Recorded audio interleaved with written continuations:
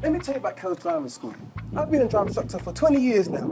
I've been on the BBC programme. I'm a London Awards winner. So, why should I tell you about London? I'm a Londoner. So, listen, I'm going to show you everything you need to know of how to drive in London and also outside of London. So, what I'd like you to do, take a seat and I'll tell you all about it.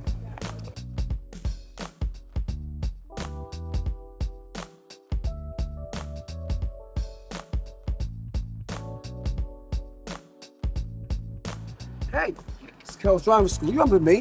I'm going to be out here today with a good friend of mine in the city of Westminster, Westbourne Park. She's having a few problems with dual carriageways and motorways.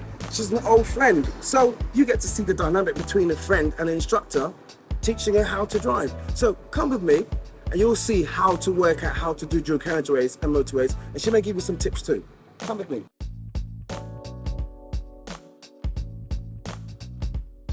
Told you, man, we're going to be an amazing friend of mine called Chanel. You are the sunshine of my... Oh, let me stop all that. Come.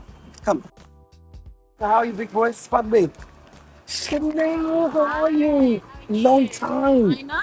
I know. Listen, has it been like, what, 10, 12 years? Oh, please, it's been that long. Yeah, I know. Listen, I remember back then you had little issues with like dual carriageways and motorways. So I want to see how you actually overcame them. Maybe you can give some tips to those that maybe want to, get a bit of tips on the road on dual carriageways. Yeah? Sounds good to me. I want you to feel like a student again. Come in my car. Old time's sake, yeah? Come in, right? Come in my car. I'd like you to drive me to the A40. Yeah, and then we'll then begin. Yeah, this is going to be funny though, because I know you'll be like, Cheryl, I don't know the car in it. You know what I'm saying? I mean, I don't know this, so You give need me a to sec. get used to your car. That's something that we all learn, right? Speak, tell them, Shan. Speak, tell them, Shan, Once you tell them. learn your car, it's easier sailing. That sounds like me. That's what I say. Really? Yeah. Copycat. Yeah. Oh, yeah. I know. Who taught you? Yeah. Anyway, so when you're ready, right? Let's move off. Yeah. So this is the pleasures of passing your test. Yeah. You can do all sorts of gangster stuff on the steering wheel. It's okay. Just be yourself.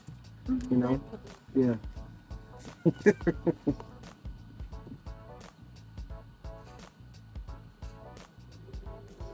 I'm a very careful driver, to be fair. You know, and God forbid, I do have an accident.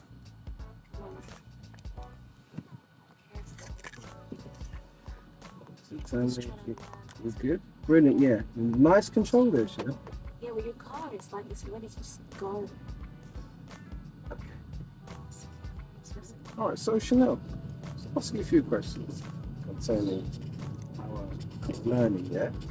What challenges or difficulties you feel like you faced at times? Being an octopus, trying to do multiple things at the same time, I found that quite difficult initially, because you have to be so observant on the road, as well as know your controls very well, check your speed consistently, and also check your gas on occasion. For me, you just got to know your car. Basically, your car has got to be you. Literally, it's like you're moving your own body around, the same way that we take care of our bodies to make sure that there's water in there and make sure that our skin's all that. I'm only joking, don't use that. You got to put oil in the car, it's not the same as oil in your skin. Quite a philosophy there. So, in terms of just learning how to drive, the actual dynamic with the instructor, me being your friend, as well as that, just some practical stuff. What did you find maybe a bit challenging or difficult? Well, the fact that we were friends definitely helped to relax me. But it also made me a bit, nervous at times, because it meant that we were going to have potential disputes that will affect the friendship. And I was like, okay, what do I do here? How do I respond? Do I respond like Chanel the friend, or do I respond like Chanel the student? Yeah. And I think you've just made it feel really comfortable for me to do that. Being taught by a friend meant that there was that comfortability, but then there was also that concern that we could get into disputes or disagreements, which can potentially affect the friendship. But I think over the period that we were I was with you, we never allowed that to happen, which is good, and I guess that's just a testament to your character Yeah. and mine. Yeah. Oh yes, let's be honest though. I mean, you know, there was a time when we did kind of part for a moment. You know, remember you were the what do they call it again? The something son. What are they called again? The prodigal. Yes, you were the prodigal daughter that just left me for a moment, and then he was like, "No, gotta come back to Kels." Can you remember that? Oh, when I tried to leave, You tried to leave. You left me. I left, I had enough. Yeah, you had enough of me. You had enough. Yeah, I think you went with I won't say the brand. I forgot about that. Yeah. Do you know that? Wow, that is memories. Yeah, you left me for a moment. But then you were like, no, Kel, you know what? You got the magic touch. You just came back to me. You came back to me. I learned that you're not always going to be happy with how you're being taught, especially if you're... Okay, no, I said take that back. I learned that there are growing pains in learning and progressing, and if it's too easy or it's too comfortable, then you can guarantee you're not learning, or you're not pushing yourself as far as you should. So that uncomfortability turned into a very comfortable space for me where I became a driver. So yeah, it was growth, and I'm glad that I came back. Yeah. Hey, we're now. Oh, by the way, you're on 4th gear, by the way. We are now on the. I always drive in 4th gear. Seriously? Well, yeah, I'll tell you what. Because of the car that the consumption of fuel, though, is actually, really? You know, it's good. Yeah, you're actually doing the right thing. Yeah, that's what I was thinking. Because every time I go into 4th gear, I literally just have to. You've got a good bike in this car. Yeah. Your consumption of fuel is a lot less the higher you go in the gears. Yeah. You know, so obviously you're used to your car. I just want you just to kind of. I want to feel like a driver instructor again, to be honest with you. I feel that already. In this car, I feel like I'm starting all over again, and I'm so glad for the reality that that's not the truth. Because when I get out of this car, I'm a driver. Okay, we're now hitting the A40. What was it about driving on dual carriageways on motorways? Because I remember at one point, you know, you actually even called me once and said to Kel, you know what, listen, I don't really like driving. I don't like going to long distances. You know, can you just come to me, Kel, have a good time, chill.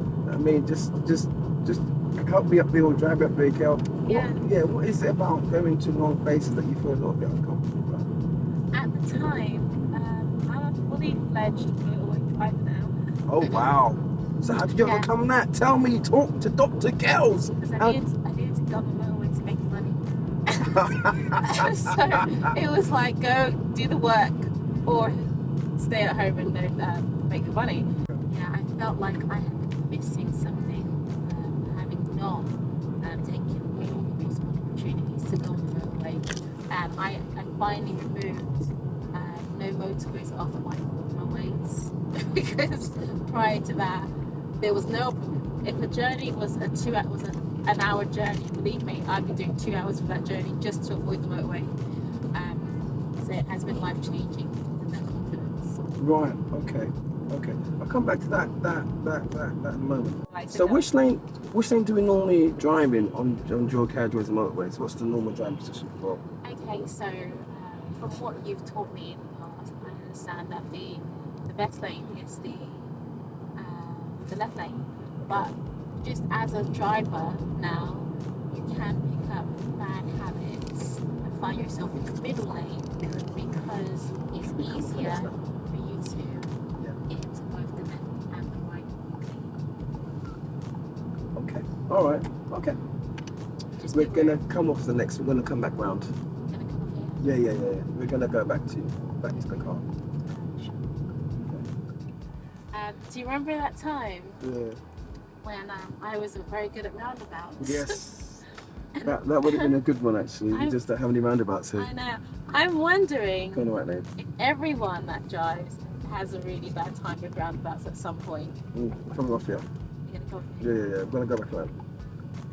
Yeah. Come around. Chanel, turn right. Chanel, turn right.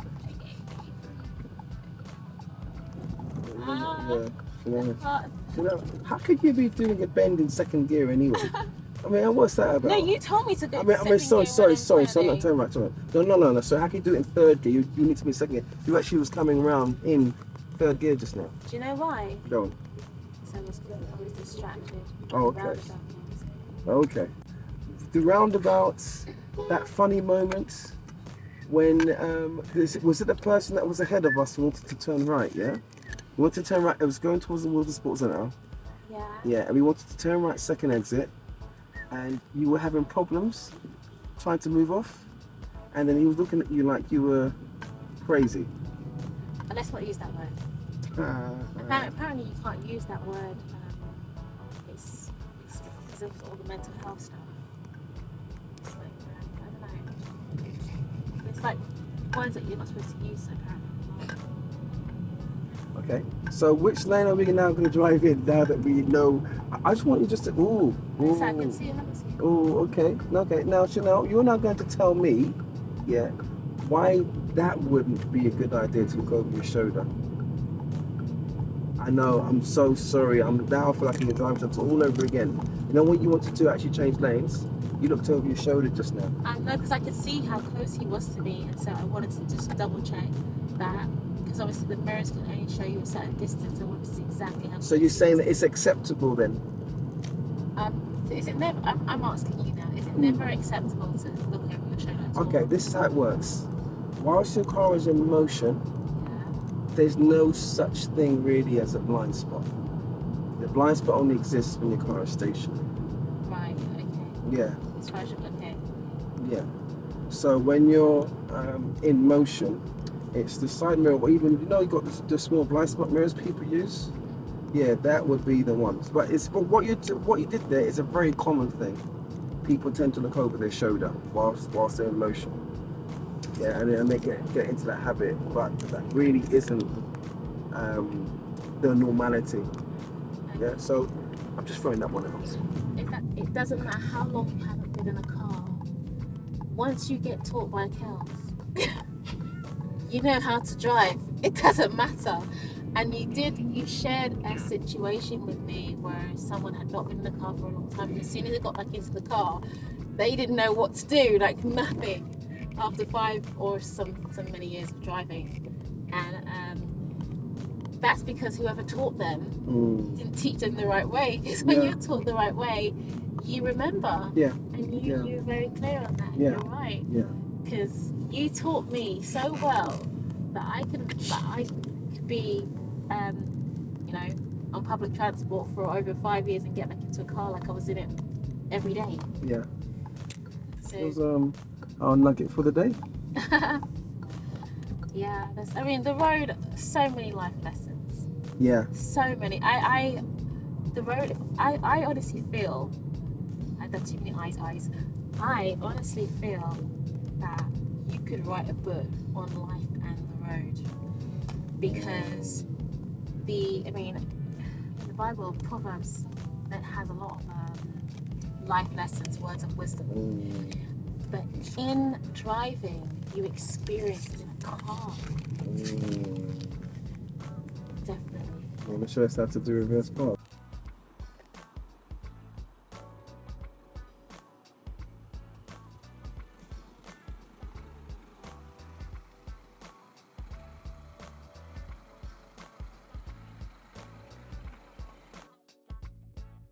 We finished.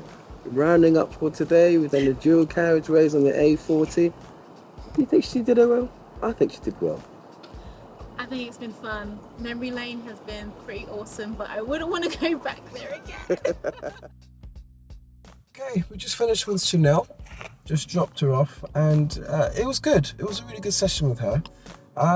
What I do tend to find, obviously, when somebody has passed their test, it's the habits that come along with it. And it's been 10-12 years, so I can't really expect her to drive the way how I taught her how to. So when she was steering, a lot of times she was using one hand and almost doing like martial arts kung fu on it, that dragon style, oh, tiger style, oh. Yeah, all of that on the steering wheel. And do that on the test, that's not going to work. That's not going to happen in terms of you passing. So what you have is called a full and push steering. So I'm going to show you in a moment how you actually do it. pull and push or push and pull steering. I sometimes wonder which order it is. I haven't said it for a while in terms of the correct order. But you're looking to meet at the top and at the bottom while steering. So a bit like doing the relay or passing the baton. You know, passing the baton when doing the relay, doing the athletics. And you're doing 12 o'clock, 6 o'clock, 12 o'clock, 6 o'clock. And whatever you give that back, right? So you might not even go all the way down, but knowing that you've done your full steer, you will then return back to where you just came from. So watch. So that's just 12 o'clock, 6 o'clock, and then back at the bottom. There you go again. I tend to do the quarter to 3, hook my thumbs on this part over here of the steering wheel, and then I'll then start doing my steering. Okay, so yeah, not a few bad habits there, and then also gear technique, but nothing too much to really, you know, talk about in extents. But yeah, just have that in mind. Some things that she was doing, I'll obviously will just bring it up because I don't want you doing that on the driving test. If you enjoyed this video, please press the subscribe button and share with others. Thank you.